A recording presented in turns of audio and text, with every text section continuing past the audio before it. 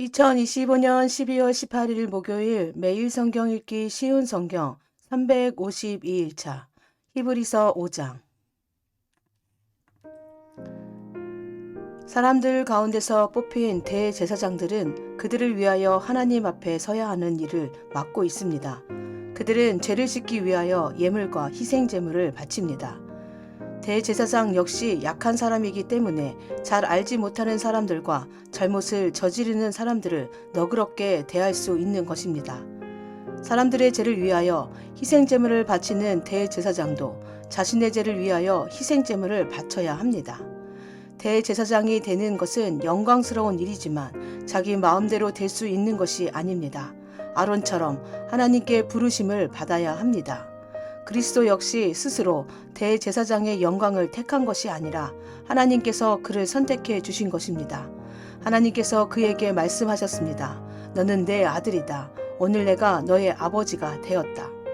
또 이렇게 말씀하셨습니다. 너는 멜기세덱의 계통을 따른 영원한 대제사장이다. 예수님께서 사람으로 계실 때 하나님께 기도하고 도움을 구하셨습니다. 그분은 자기를 죽음에서 구해주실 수 있는 분에게 큰 소리로 부르짖으며 눈물로 기도하였습니다. 그리고 모든 것을 하나님께 맡기고 순종하심으로 하나님의 응답을 받으셨습니다. 예수님께서는 하나님의 아들이셨지만 고난을 통해 순종하는 법을 배우셨습니다. 그래서 예수님은 우리의 완전한 대제사장이 되시고 그에게 순종하는 모든 자에게 영원한 구원을 주셨습니다. 그는 하나님에 의해 멜기세덱의 계통을 따른 영원한 대제사장이 되었습니다. 약한 믿음에 대한 경고. 멜기세덱에 대해서는 할 말이 많지만 여러분이 깨닫는 것이 둔하기 때문에 설명하기가 어렵습니다. 여러분은 믿은 지 오래되었기 때문에 마땅히 선생이 되어야 했습니다. 그러나 여러분은 아직 하나님의 말씀에 대한 기초를 누군가에게 다시 배워야 할 것 같습니다. 여러분은 단단한 음식을 먹을 준비가 되어 있지 않아서 아직은 젖을 먹어야 할 것 같습니다. 젖을 먹는 자는 아직 어린아이이기 때문에 옳은 말씀에 대해서 알지 못합니다. 단단한 음식은 어른을 위한 것입니다. 그들은 훈련을 통해 선과 악을 구별할 줄 압니다.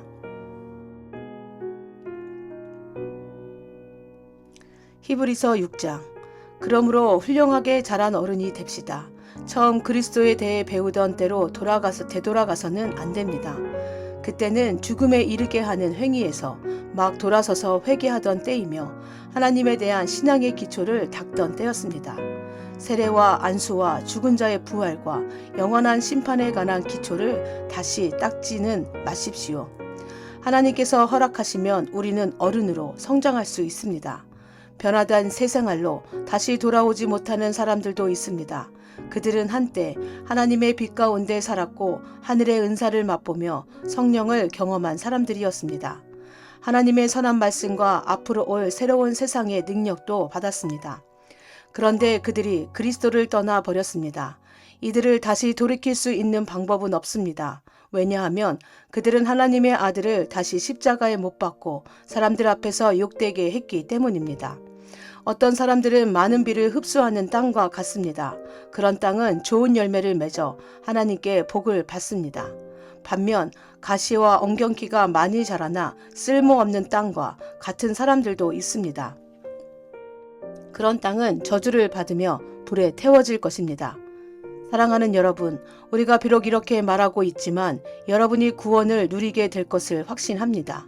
하나님께서는 공평하시기 때문에 여러분이 한 일들과 성도들을 도우면서 보여준 사랑을 잊지 않으실 것입니다.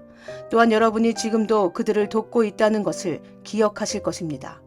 우리는 여러분이 앞으로도 계속 그 일들을 잘해 나가기를 바랍니다.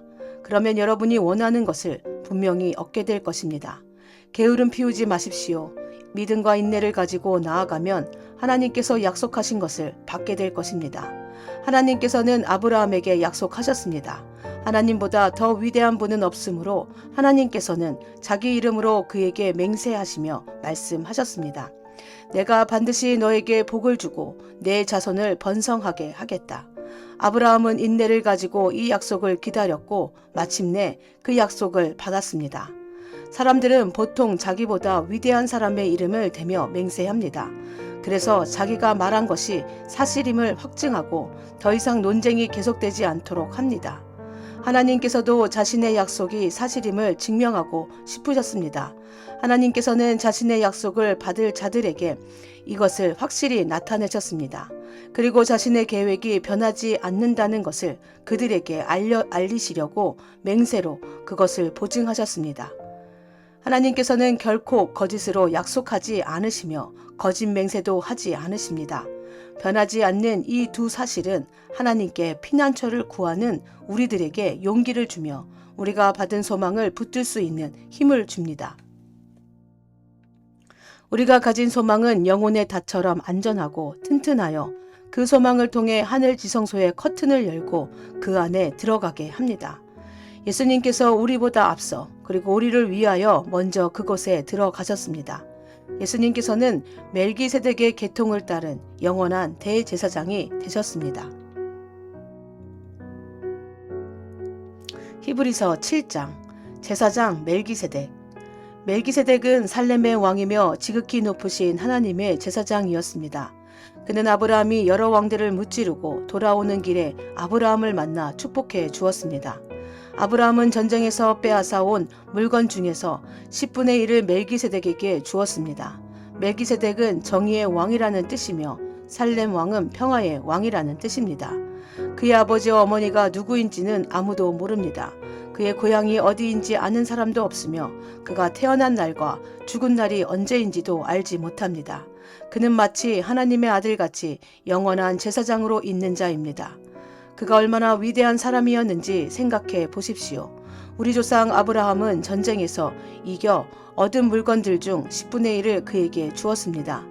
제사장이 된 레위 사람들은 율법에 따라 백성으로부터 10분의 1을 받을 수 있게 되어 있습니다. 제사장들과 백성 모두 아브라함의 자손이지만 제사장은 자기 백성으로부터 10분의 1을 받았습니다. 멜기세덱은 레위 지파도 아니었는데 아브라함으로부터 10분의 1을 받았습니다. 그리고 하나님의 약속을 받은 아브라함을 축복해 주었습니다. 높은 사람이 낮은 사람을 축복해 줄 수 있다는 사실은 여러분도 알고 있을 것입니다. 제사장들도 10분의 1을 받지만 그들도 결국 죽을 인간에 불과합니다. 그러나 아브라함으로부터 10분의 1을 받은 멜기세덱은 성경이 말한 대로 영원히 살아 있습니다. 또한 백성들로부터 10분의 1을 받았던 레위 지파도 아브라함을 통해 멜기세덱에게 10분의 1을 바쳤다고 말할 수 있습니다. 왜냐하면 아브라함이 멜기세덱을 만났을 때 레위는 아직 태어나지 않았고 아브라함의 몸속에 있었기 때문입니다. 이스라엘 백성들은 레위 지파의 제사장 직분을 통해 율법을 받았습니다. 그러나 제사장 직분을 받았다고 해서 그들이 영적으로 완전해질 수는 없었습니다. 따라서 또 다른 제사장, 즉 아론의 계통이 아닌 멜기세덱의 계통을 따른 제사장이 필요했던 것입니다. 다른 제사장이 온다면 율법도 바뀌어야 할 것입니다. 우리는 지금 그리스도에 대해서 말하고 있습니다. 그리스도는 레위 지파가 아닌 다른 지파의 사람이었는데 그 지파에서 나온 사람들 중 제단에서 제사장으로 섬긴 사람은 한 명도 없습니다. 우리 주님께서 유다 지파에 속했다는 사실은 분명합니다. 모세가 이 지파에 대해 말할 때 제사장 직분이라는 것을 한 번도 말한 적이 없었습니다. 예수님께서는 멜기세덱과 같습니다. 멜기세덱과 같은 또 다른 제사장이 오신 것을 보면 이제 더 분명해지는 것 같습니다. 그분은 인간의 법과 규칙에 따라 제사장이 되신 것이 아니고 영원한 생명의 능력으로 제사장이 되셨습니다. 성경에 그분에 대해 이렇게 기록되어 있습니다. 너는 멜기세덱의 계통을 따른 영원한 제사장이다. 옛 계명은 약하고 쓸모가 없으므로 이제 폐지되었습니다. 모세의 율법으로는 아무것도 완전하게 할 수 없습니다. 그러나 이제 우리는 더 나은 소망을 받았고 이 소망을 통해 하나님께 가까이 나아갈 수 있습니다. 예수님을 대제사장으로 세우실 때에 하나님께서 맹세하셨습니다.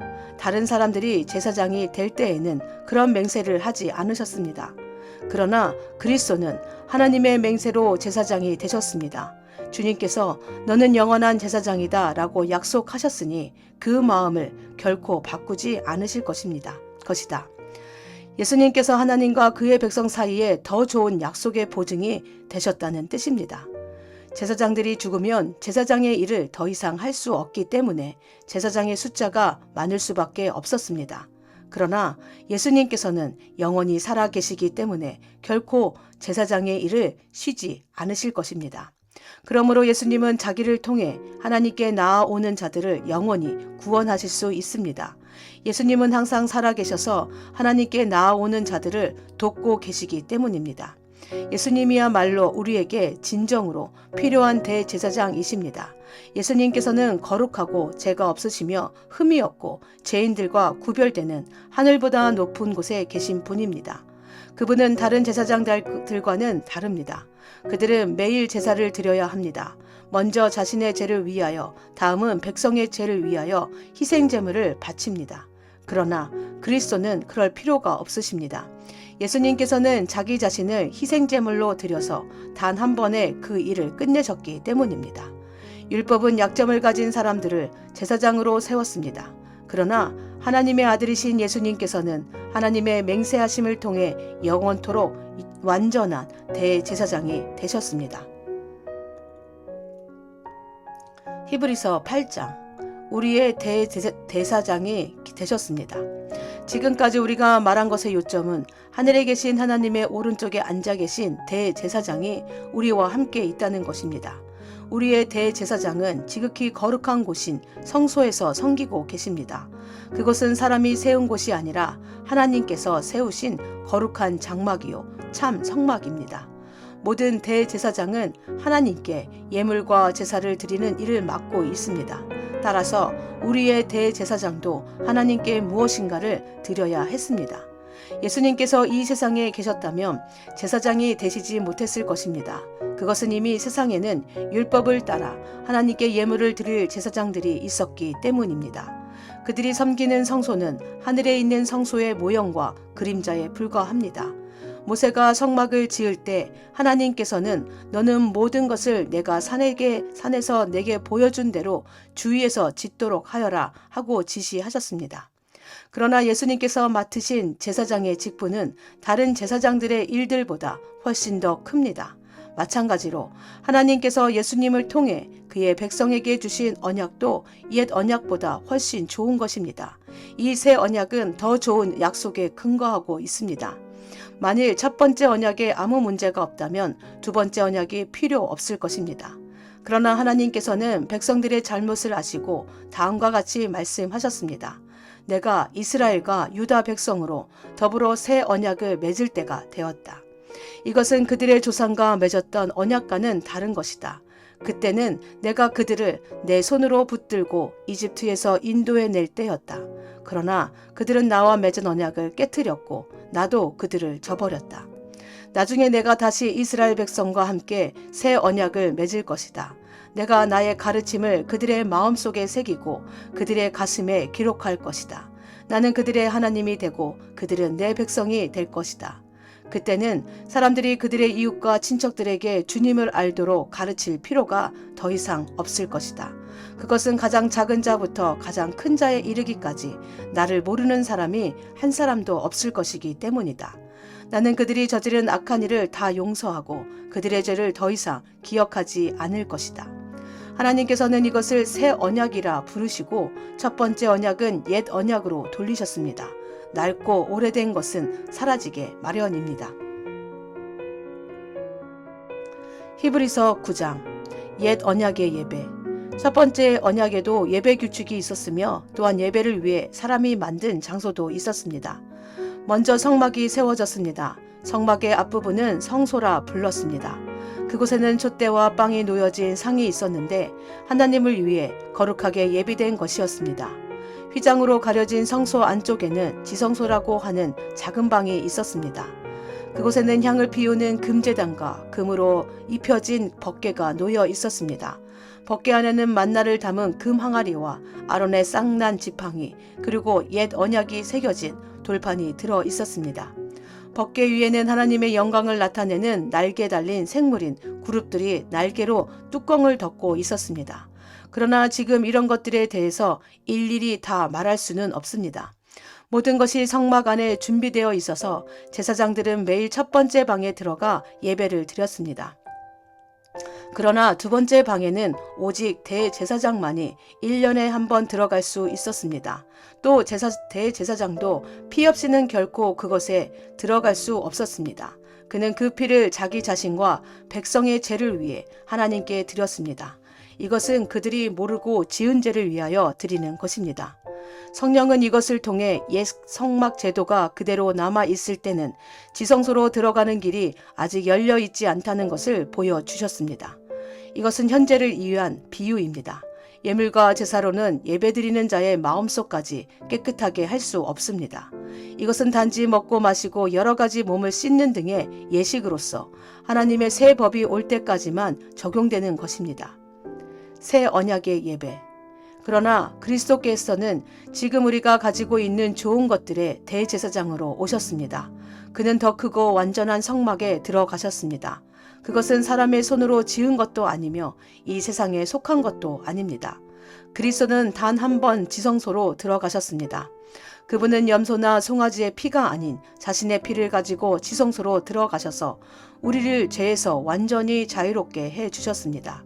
염소와 황소의 피와 암소의 죄를 부정한 사람에게 뿌리면 그 육체를 다시 깨끗하게 할 수 있습니다.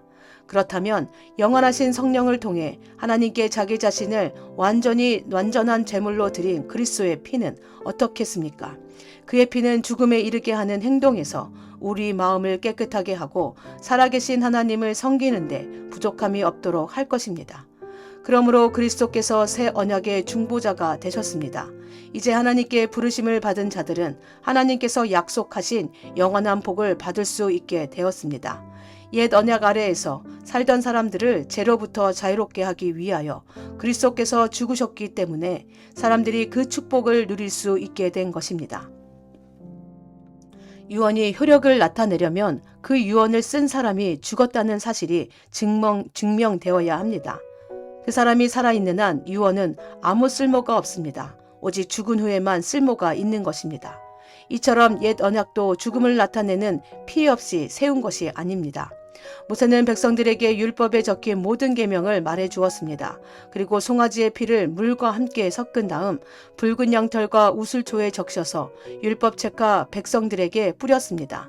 그리고 이것은 하나님께서 여러분에게 순종하라고 명령하신 언약의 피입니다 라고 말했습니다. 모세는 성막과 예배에 쓰이는 모든 물건에도 그런 방법으로 피를 뿌렸습니다.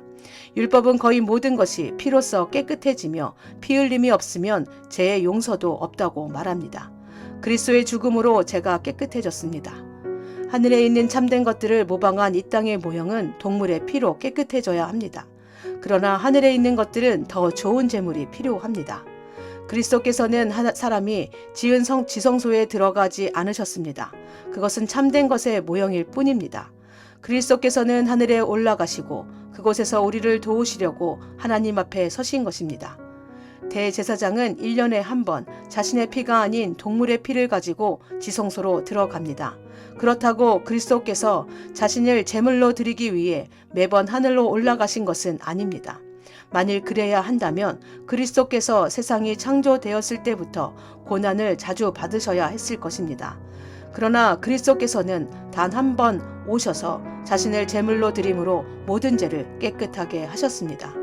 사람들은 모두 한 번은 죽습니다. 죽은 후에는 심판이 우리를 기다립니다.